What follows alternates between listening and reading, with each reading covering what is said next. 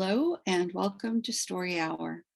I'm Kathy Ramsperger. I'm a lifelong journalist, humanitarian, and author of The Shores of Our Souls and the upcoming 1,000 Flying Things. I'm also a coach who founded Ground One and created Step Into Your Story. I am here with you today to connect people, both readers and writers who love books. I concentrate mainly on transformational stories of social justice that focus on the connections and sometimes disconnections between people. And our author today, Deborah Thomas, and her novel, LUZ, fits all those subgenres. I see why it's gained such a following. Here's a little bit about Debbie. Deborah Thomas is a writer, teacher, an immigrant, and a refugee rights advocate. Originally from Binghamton, New York, she's lived in Southern California most of her adult life. She taught high school literature and writing and English as a second language to adults. A lover of all creatures great and small, when she isn't with her 2 horses, she's relaxing with her husband and dog, watching all the critters that visit her feeders in her backyard. Her debut novel, LUZ, L-U-Z, won the 2020 May Sarton Award for Contemporary Fiction and the 2020 Next Generation Indie Book Award for Multicultural Fiction. She's currently at work on her second novel, Pangaea, a story of a fragmented family in crisis and a reminder that we're all connected. I found a kindred spirit in Debbie, and not only do I share your belief that we're all connected, but I felt a special connection with you and your writing since I met you, Debbie. And one more thing before we get to meeting Debbie and the questions, I'd like to read a short review by Alma Luz Villanueva, winner of the American Book Award. This is what she said about Debbie's novel. Luz is a novel of great tenderness and great brutality. Deborah is right inside of her characters' minds, bodies, spirits, their souls, and doesn't spare the reader either tenderness or brutality. I'm going to read my review as we go through the questions, but for now, welcome to Story Hour, Debbie. Oh, thank you so much, Kathy. It's such a thrill to be here with you, my kindred spirit. It's my honor and pleasure to have you here. So why don't you start by telling us a little about why you named your novel what you did, what you were trying to convey, if anything. Oh, definitely. Luz means light in Spanish. And I had hoped my novel would shine a bit of light on the issue of immigration and undocumented immigrants. I used Martin Luther King's famous quote as my epigraph: darkness cannot drive out darkness, only light can do that. Hate cannot drive out hate, only love can do that. And light is an important image in the book. In fact, there is a pivotal scene in which light plays an important part in Alma making a very important decision. It's definitely a book of love and light, even though there are so many brutal scenes. The contrast between darkness and light is really there. It's what I loved the most about it, I think. So secondly, why do you think most Americans, at least the ones I interact with, I guess it's becoming a little more of a known situation, why don't they understand all the dangers and pitfalls of immigration and the courage it takes just to contemplate migrating? That's a good question. I've talked to so many people. Usually the people who don't seem to understand are people who aren't close to it. They don't know it on a personal level. Maybe they just, hear all these people are coming and why are they coming? And, we have too many people here and it's against the law. That's the big one. What they don't, and they say, why don't they do it the legal way or whatever? First of all, there is no easy legal way. The quotas, it's just, impossible, literally impossible. And of course, as you know, no one leaves their home No one, leaves their home country unless something is really driving them away. And of course, their homes are always in their hearts. So it's a hard thing to understand, which was one reason I wanted to write this after learning as much as I did as an immigrant advocate, what it is like to try to make that journey and what they go through and the courage it takes. The courage it takes to leave your home and begin again anyway, no matter who you are or how you're getting here. Even if you can get here easily and legally, that's huge. Having taught English to adults from all over the world in all walks of life, that's frightening. But for so many of these people, like right now that we have at our borders, they're leaving. Great fear has driven them, or great poverty, and then they come to the border and they face even more danger and fear. And so it's something I just wanted to tell a personal individual story so that my reader could get inside her mind and see through her eyes and maybe educate a little bit more. Yeah, it's usually dire circumstances that they're leaving, if not dangerous. And my son actually is teaching ESOL to adults right now. And there is the language barrier even there at first, but then they don't tell their stories, much like Alma. They don't talk about it. So Right. I found that very realistic, that she keeps it close to her heart. It's there. Right. So I loved the ending. If you could say it was an ending and not closure. And in a way, it was two different endings. And I wondered if you would touch on that a little bit. Well, there's the ending of Alma's journey, because the story begins with her daughter Luz when she's a teenager, and then Alma thinks back on the journey, which is the heart of the novel. Mhm. And it ends, it was mostly the late 1990s, early 2000s. And then we end with Luz's voice in, I believe, 2017. So you do have sort of two endings, but as you know, there is never an ending, because what's going to happen next and next and next. So that's the story behind the two endings. It felt very much like real life, the way you handled it. And that's why I loved it so. Yeah, without giving any details, obviously I'm speaking vaguely because I don't want to give away the ending. You can't do that. Right. Please don't do that, because it makes it so special. So let's get away from that.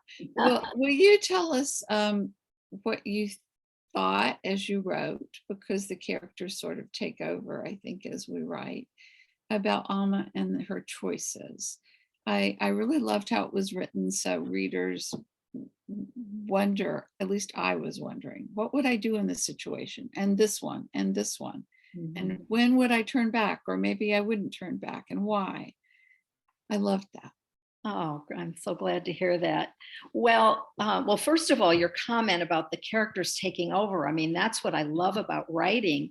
I don't do a rigid outline. I mean, I have an idea where I'm going, but I just start writing, and then, things happen. Some people say the character takes over.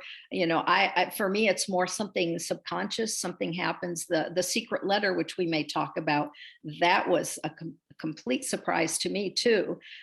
So it's amazing where things come from. But for Alma and her choices, well, first of all, the story, of course, is based around the fact that her father, whom she adores, he's a migrant farm worker who would go back and forth, work the fields in the US, and then come back for periods of time. And one year, and he's done this for decades, and one year he disappears. And that changes her life. Because he disappears, she has to stop going to school, and her dream was to become a teacher, but that dream is over, and she and her sister have to work. They have to other things happen in the beginning. Again, I don't want to give away too many details, and they reach a point where their life is not good at all. And she says, let's see what we can find out about that. Because of a secret letter, she has a sliver of hope that maybe her father is alive. Because there was a lot of concern that during that time, people were dying in the deserts as they were trying to cross the border. This is what she's hearing people say, and she doesn't want to believe that her father is dead. She thinks maybe something happened, and he can't get word to us. So she decides that dilemma: should I go? Should we try to find him? And so they set out on their journey, and of course, many things happen, and in any journey story along the way. And she keeps repeatedly being faced with a dilemma. Should I do this or should I do that? And of course, with any choice, no matter what choice you make, you wonder, well, what if I had done this? Or what if I didn't do this? Or if I should have done this? And what Alma realizes is that it's how you live with those regrets, those consequences that determine your life. And so although she does have a couple moments where she really crashes, she's a very resilient young woman, and she is. Mhm. I'm sorry to interrupt. Keep No, going. that was pretty much the end of my thought. She's pretty resilient, and she keeps going. Well, maybe this is the right place for me to read my review.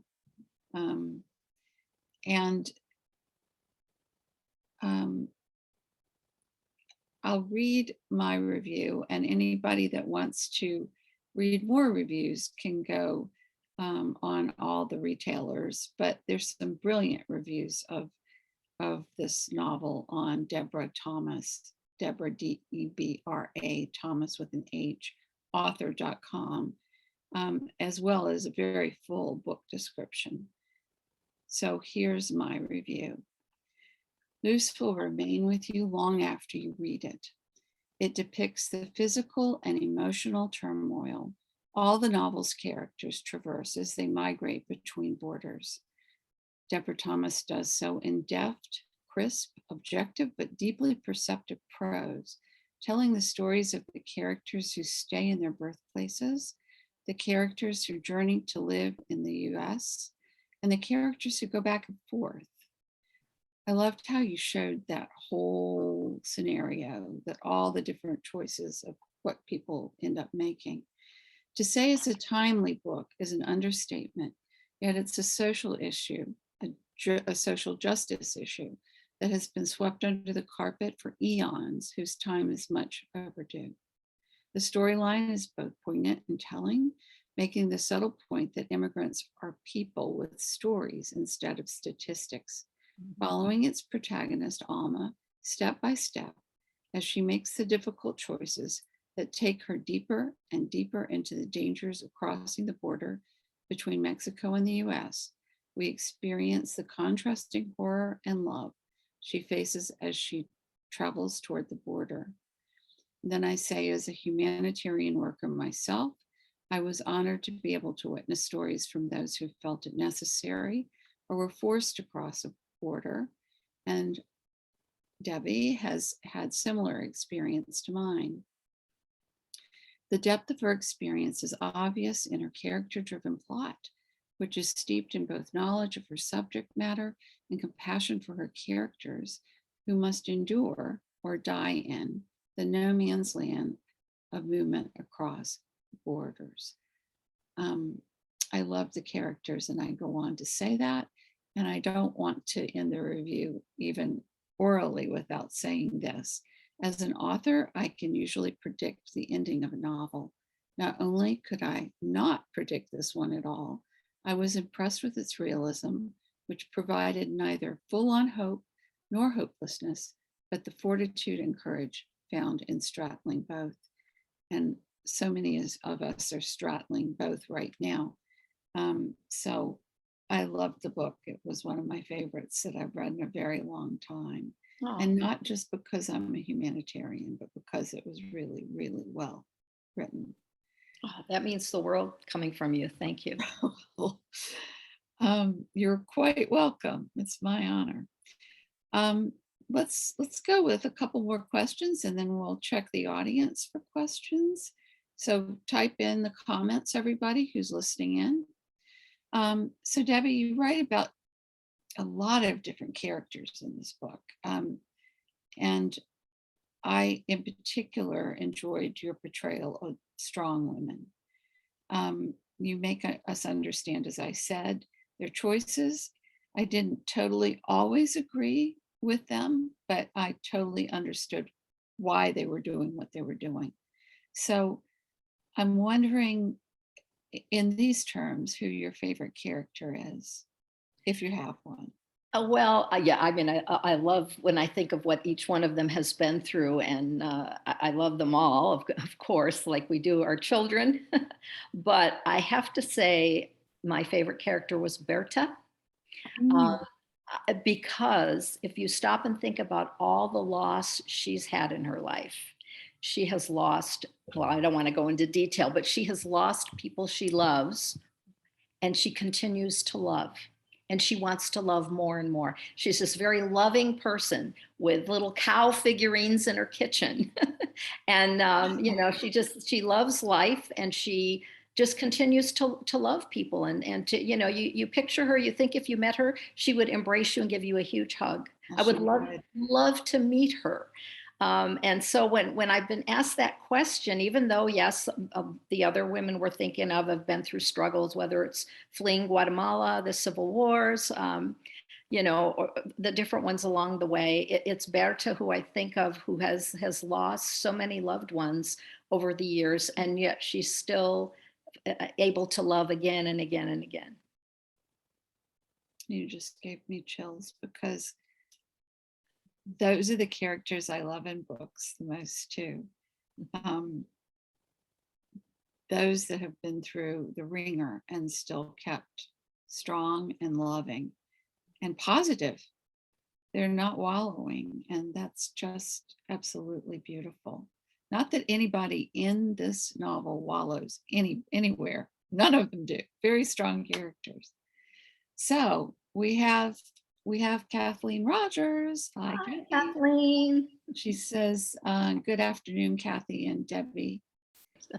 Okay.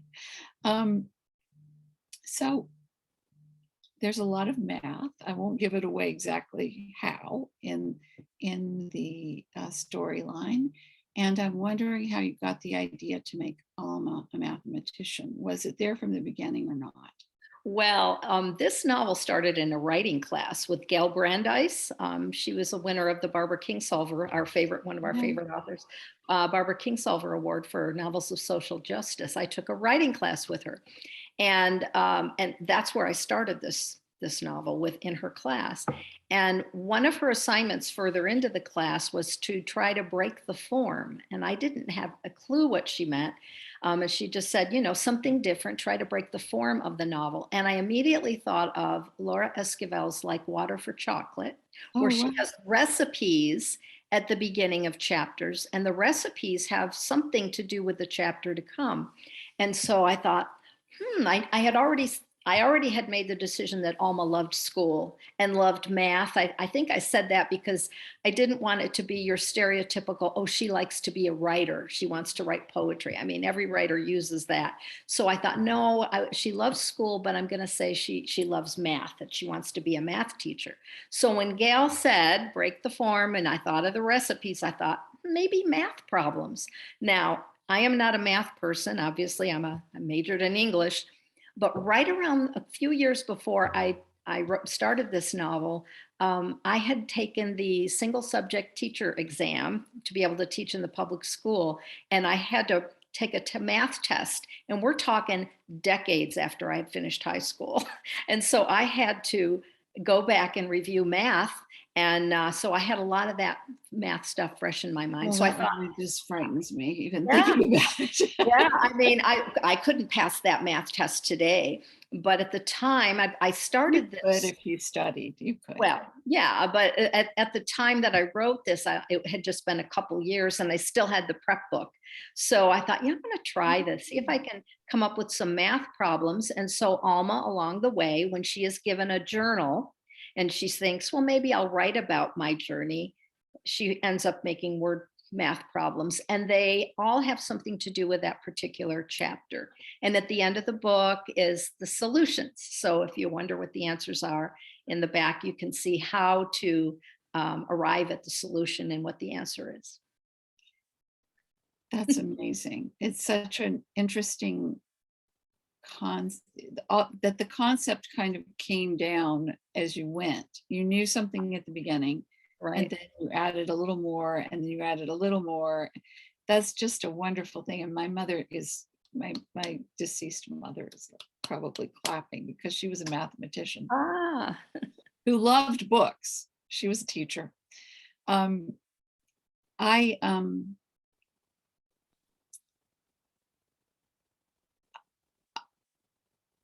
I want to say something about how, you know, a lot of people who are physicists say that numbers tell a story, and that's what these numbers do. I want to tell readers that it makes it so when you get to the end, you just are floored.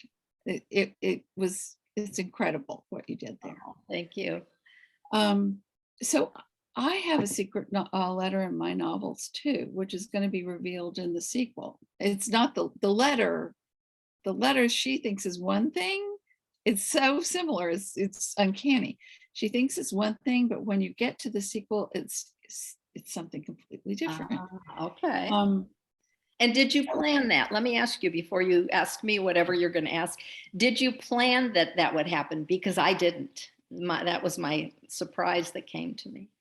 I didn't know what the letter was, but I did know that there was something that my character, my male protagonist, had written that wouldn't be revealed. And I thought it might be at the end of The Shores of Our Souls. But because it became a series, I thought, well, let's save that. Okay. Okay. So that there was a letter was planned because I love them so much. Secrets and letters. But that what the letter was it came later. So in a way it evolved as well. So let's just keep discussing the literary device of letters and how they reveal secrets, especially in LUZ. And truth is the other thing they reveal, meaning the overarching truth of a situation. Well, early in the novel, she finds, she tells us that she found a letter folded up in her father's wallet. And the letter is very vague, but it sounds sort of like a love letter. And it is written in a script that is not her mother's because her mother can't write. She just prints. She didn't finish school. And she, of course, knows her father is loving and devoted, and she can't believe that he would have had a relationship with anyone, but she wonders what it means. And she's quite young when she first sees this letter. And so when he disappears, it's the sliver of hope she has. Now, wait a minute, maybe there's something more about him I don't know. Maybe there's a reason.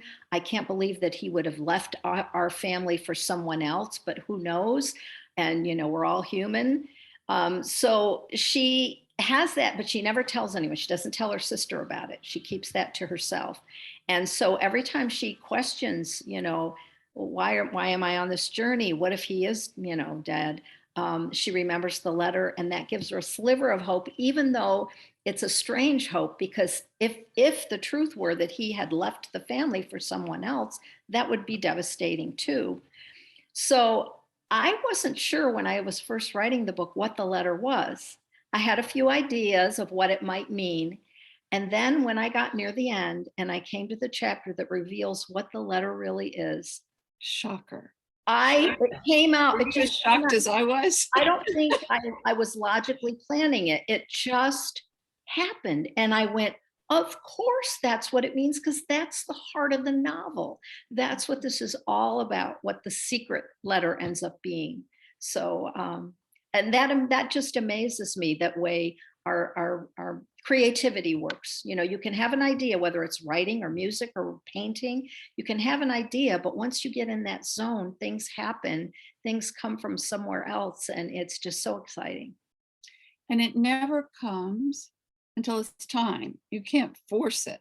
It has to come when it's ready. It's good and ready. That's amazing.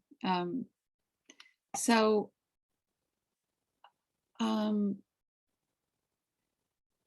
I'd like to go on to your story behind the story. You've talked a little bit about it.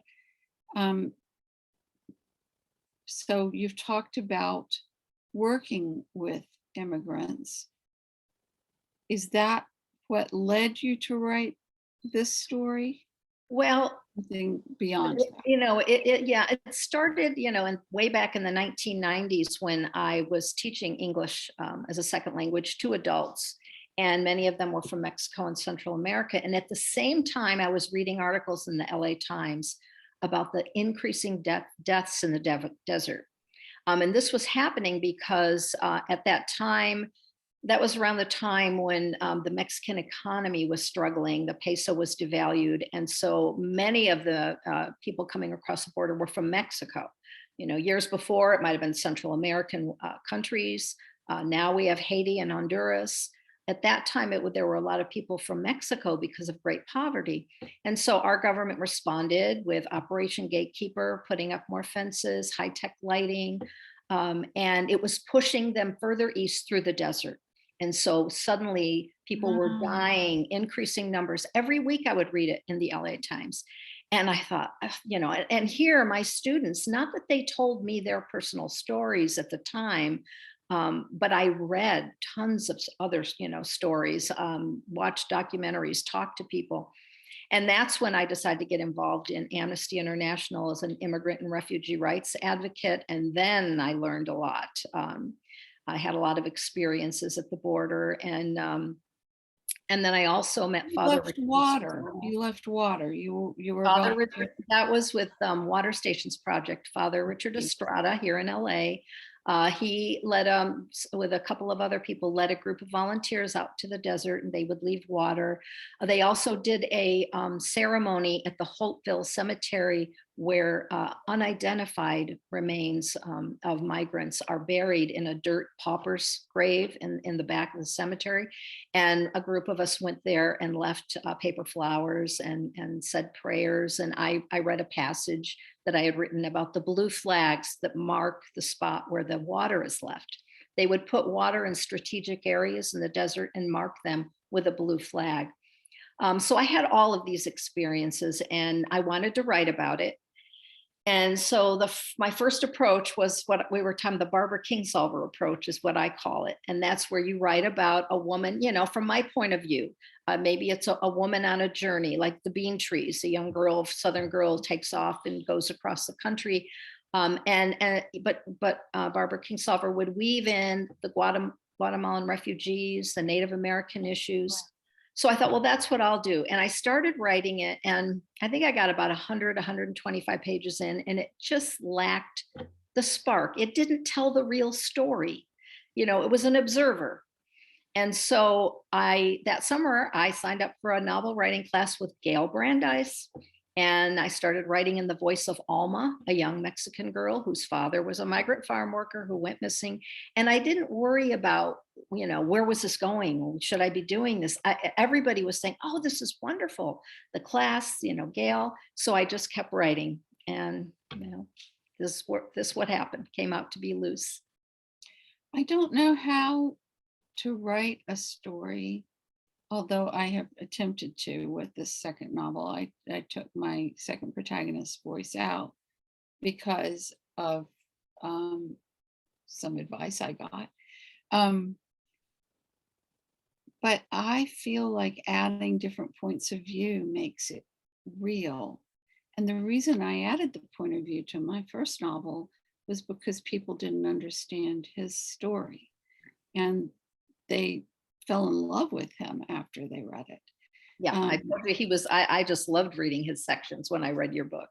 Well, and I think it's very much the same with yours. I think if it had been told from a removed observer, it would have been the removed observer's story. And it's very difficult, even with all my interview experience, to get to the core of the immigrants are in no position to state their vulnerability to anyone.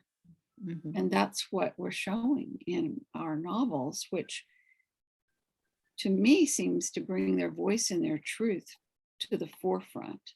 And obviously we're writing about imaginary characters, Mhm. but And it's certainly, as you know, there are many who believe that only someone who's had these experiences or are from these cultures should write.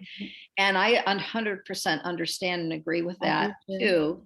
But I was writing from my passion. I mean, I think it was Reina Grande who said, write what keeps you up at night, something like that. and your experience, right? What you know, Yeah, you had the experience that created the passion for that subject. Absolutely. So I did the best I could. Now it's one voice. It's not the voice. So, and I have to say, I have my Italian grandparents, were immigrants.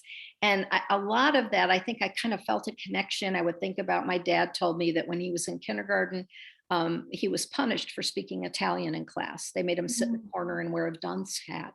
I mean, so, I remember, knowing that my grandparents, my father's family experienced a lot of discrimination being Italian. Yeah. So I could relate to a lot of things that I heard and read and incorporated a little bit of that, I think. I mean, we're a migrating world, and we always have been. And in the United States and Canada and Mexico and this entire part of the world, we're all immigrants to a certain degree. So I love hearing stories, the PBS genealogy stories and things like that of anybody. So I, for one, am a total fan of the story. So we talked about that.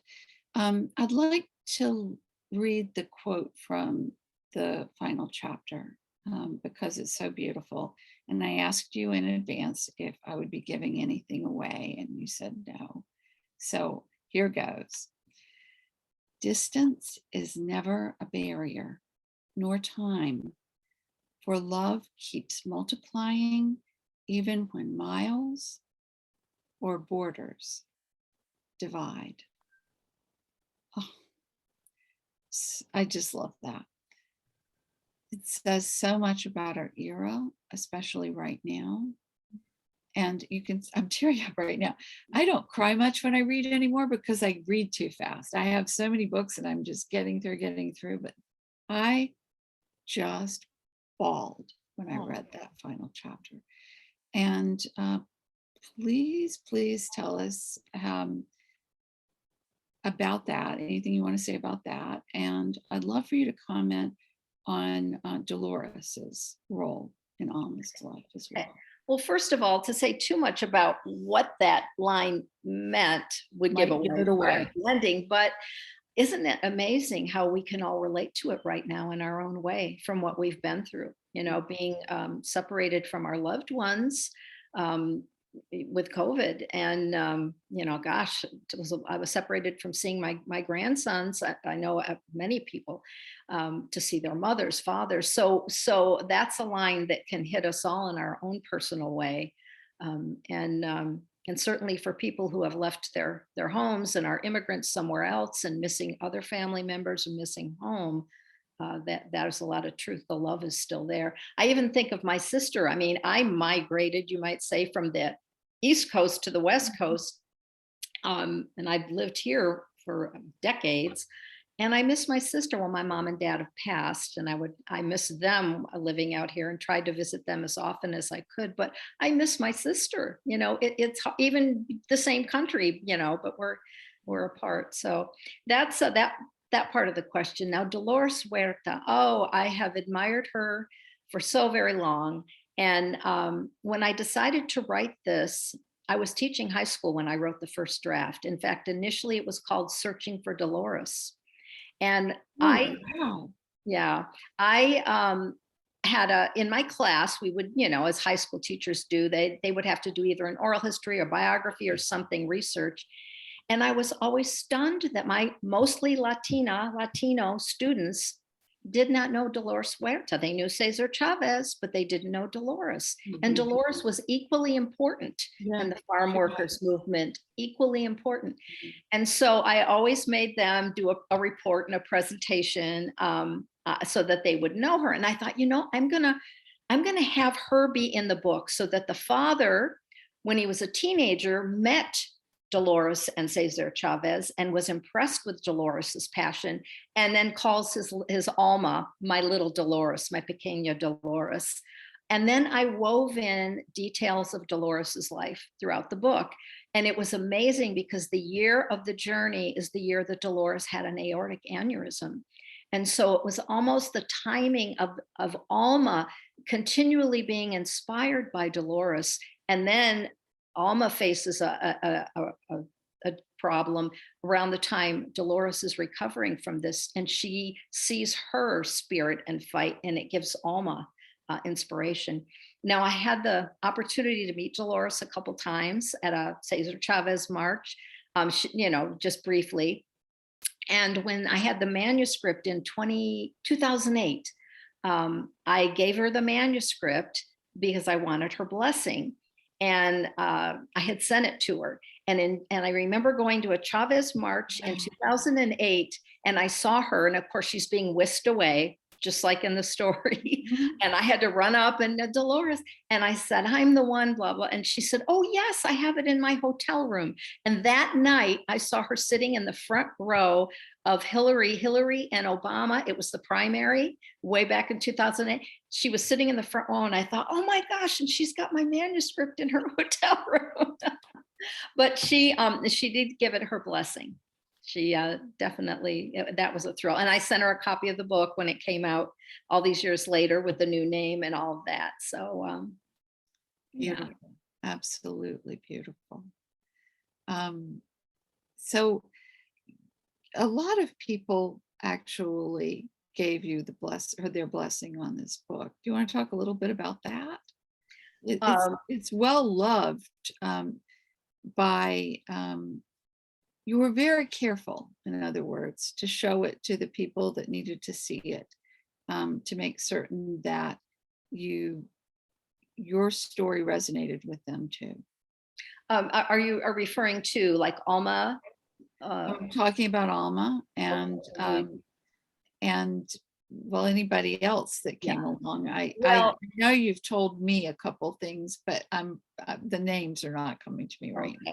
Well, I didn't know whether you meant responses to reviews, reader response, or people that reviewed it. Well, why don't we talk about the people that read it, the people who read it and endorsed it, and then let's talk about reviews online, because it's had overwhelming approval, like bunches of 5 stars. Well, before I had it published, I wanted a Latina writer who was familiar with both the US and Mexico to read the manuscript. I wanted to make sure that I hadn't made any mistakes or missed something. Did it seem genuine and authentic as much as it could be? And so Gail suggested Alma Luz Villanueva. They taught at Antioch University together. Although Alma lives in San Miguel de Allende. She's from here, the US, have raised her children here. And I think she moved there 15, 16 years ago to San Miguel de Allende. Anyway. That was on our bucket list. That's on my bucket list. Oh, I hear so many wonderful things about that city. So I emailed Alma, and she didn't know who I was. And, her first response was, well, why did you write this? And so I wrote a passionate email telling her all of my experiences. And at the end of it, she said, well, you're not Latina, but you have borne witness to La Luz. I will read it. But she said, I will be brutally honest. There's that word again, brutally. Well, that's what I wanted. That's what I wanted. I said, I need to know, but this is before I publish it. And she said it would take her about 6 weeks or more. And in 2 weeks, she contacted me and said she couldn't stop reading, loved the characters, and was really touched that it was Alma and Luz, which of course was a coincidence. That was their names long before I was put in contact with her. And but anyway, she said that it seemed very authentic and genuine to her. Her only advice was to add more Spanish to it, Spanish words, because even though I'm telling the story in English, I'm trying to remind the readers that the characters are speaking Spanish. So I added a little more, but not too much, because I am not fluent and I wasn't comfortable, doing too much of it. But anyway, that was Alma. And then when I was ready to publish, she wrote the foreword to the novel, which was wonderful. That I'm sure that helped give me some credibility in some people's eyes. So, and then Luis Rodriguez, who lives here not far from in my area, my students, and he was the author of Always Running. And he's an incredible poet and poet laureate. And it's poetry. And he owns a place called Tia Chucha's, which is a bookstore cultural center in the community. And I used to take my high school students to his place. They would write poetry and he would talk to them about his experiences, and then they would read their poems for him. And it was wonderful, wonderful. Probably one of the highlights every year for my students. So he read the manuscript and wrote a review for me as well.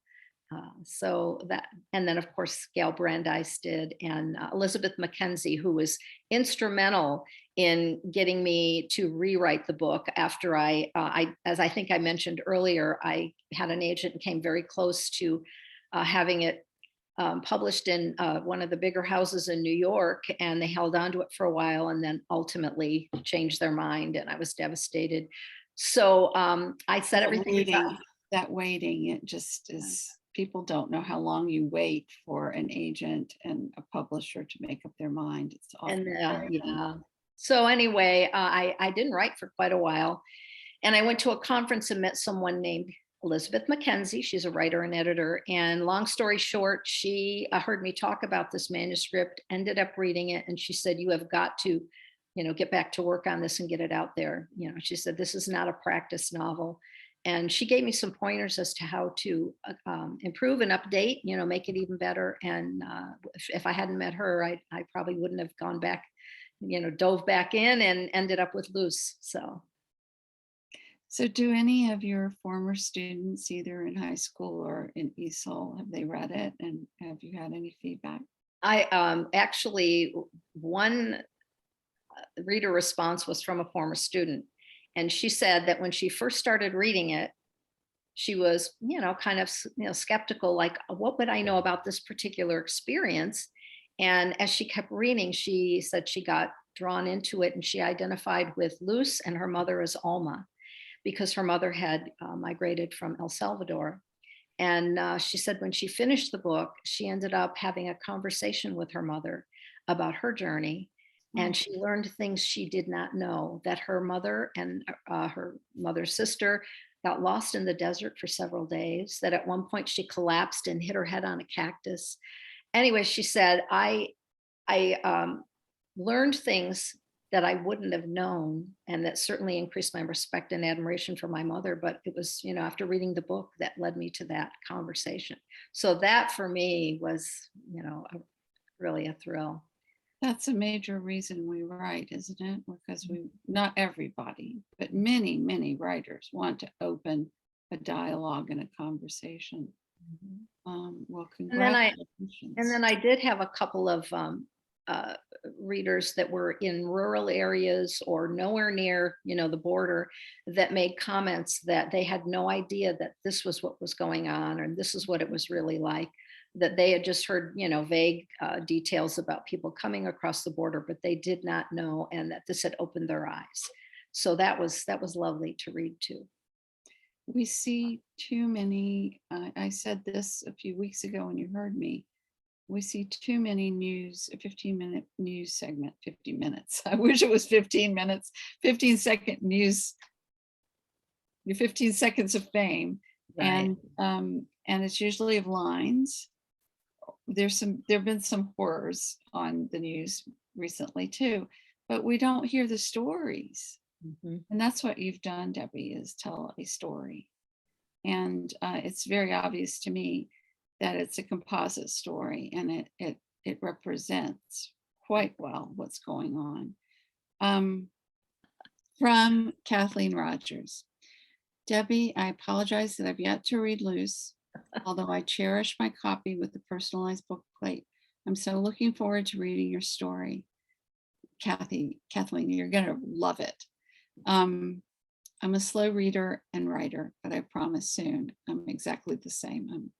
I'm slow and have to read fast these days. And so it's my idea of paradise is sitting there with 12 books that I can just take my time.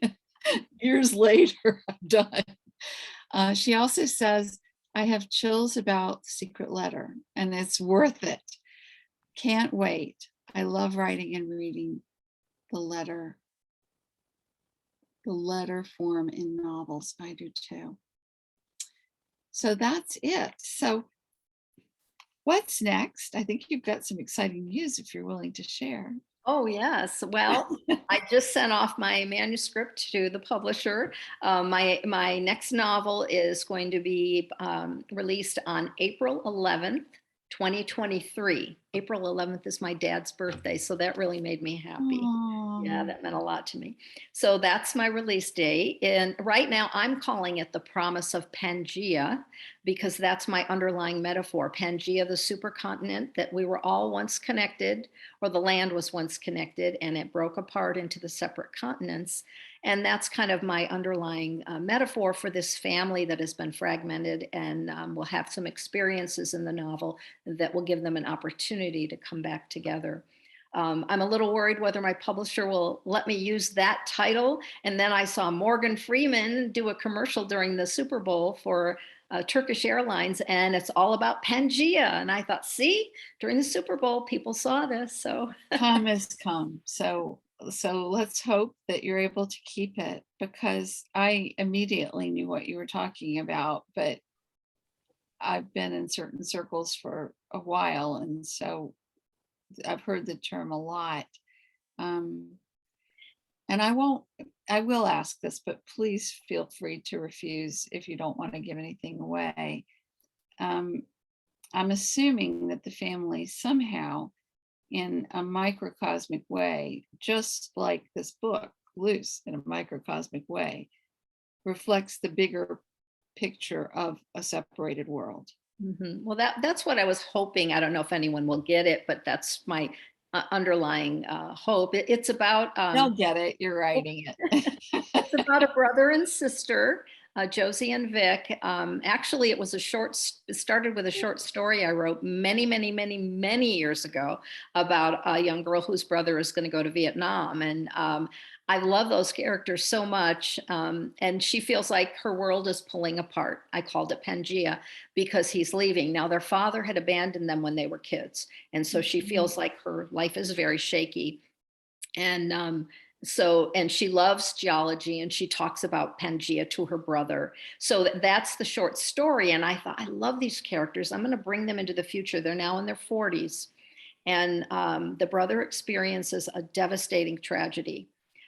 And he lives on the West Coast, and then he is a paralegal for an immigration law firm. She lives on the East Coast. She has horses. I wanted to write my horses into the novel. I was going to ask you, are there horses? Because I think there are. Yeah. Yeah. She drops everything to fly to be with Vic and help him however long it takes to get through this, devastating loss. And the father that abandoned them comes into the picture. Josie has a singer-songwriter daughter who has abruptly left home. There's tension between them. So there's a lot of tension and fragmentation, but they will all come together that summer, and there will be an experience that will kind of nudge them and give them an opportunity. And let me also add, since we were talking about letters and breaking the form, because Pangaea is about different pieces forming a whole, I do have alternating points of view between Josie and Vic, but I also have emails, letters, lyrics that Ellie, the daughter, writes. There are song lyrics. Wow. And in fact, they're a very important part of it. So So, and you're still breaking the form. I'm trying to find a young woman. If anybody's out there, I'm looking for a young woman to take the lyrics and put them to music and maybe perform them. So I could video and show video, a couple of them. So I'm looking around, looking to see if I can find someone. So that's the novel that'll be coming out April 2023. Well, all the best with that. Thank you. Thank you so much. So I always end with a teabag wisdom. This is not, you're going to love this one. I'm so happy about it. A coincidence? It's not about coincidence, but it's about compassion. If you do anything out of sheer Heard it. compassion, you will never be wrong. Oh, that's beautiful. I think that's both about you and it's about your book. And I couldn't have chosen a better one today. They're always right, but this one was especially Oh, spot perfect. on. Yes. So tell us where we can find you. Spell your website again. Okay, I go by the DEBRA, Deborah Thomas author.com. Everything's Deborah Thomas author, Facebook, Deborah Thomas author, Instagram. So DeborahThomasAuthor.com. And I would also encourage you, there's Border Angels. The Water Stations project that I did with Father Estrada is now called Border Angels. And they are amazing. You could go online, borderangels.org. They do water drops. They work with the migrants in the shelters in Tijuana. They help day laborers. They do education for the community. They're phenomenal, Border Angels. And also Border Compassion with Sister Suzanne. That is in the migrant shelters in Mexicali. She goes every month and brings them things. And I believe it's border-compassion.org. There's a dash in the middle if you wanted to look at their website. I would, encourage that. I will leave it. I'll make sure it's left in the YouTube, and I will do my best to leave it in the comments here. So thank you for saying that, because my last question was, how can we make a difference or shed some light? Yes. And that's how, right? Yes, yes. Or to do any small thing. This has been my philosophy. I don't know if this looks backwards. Does it look backwards? Or It doesn't. It's okay. perfect. It's better to light a candle than to curse the darkness. And there's been a lot to curse about in the last few years. But what's the point of that? We need to shine a light. When I was a high school teacher, my students and I formed a little group that we called Students in Action. And the in had a candle for the eye, and they could pick whatever issue they felt strong about. And even if it's just raising awareness or becoming educated more yourself, anything anyone can do, any topic, whether it's the homeless, and we can all do something small from our homes. We can. And it doesn't have to be any really big thing. Right. Just being kind. I think just starting by being kind would be a really great start these days. And maybe trying to understand each other, which is something your novel does too.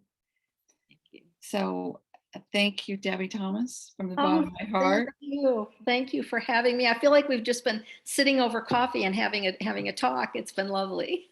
Well, it's my favorite thing to do. And I am just so lucky to be able to do it.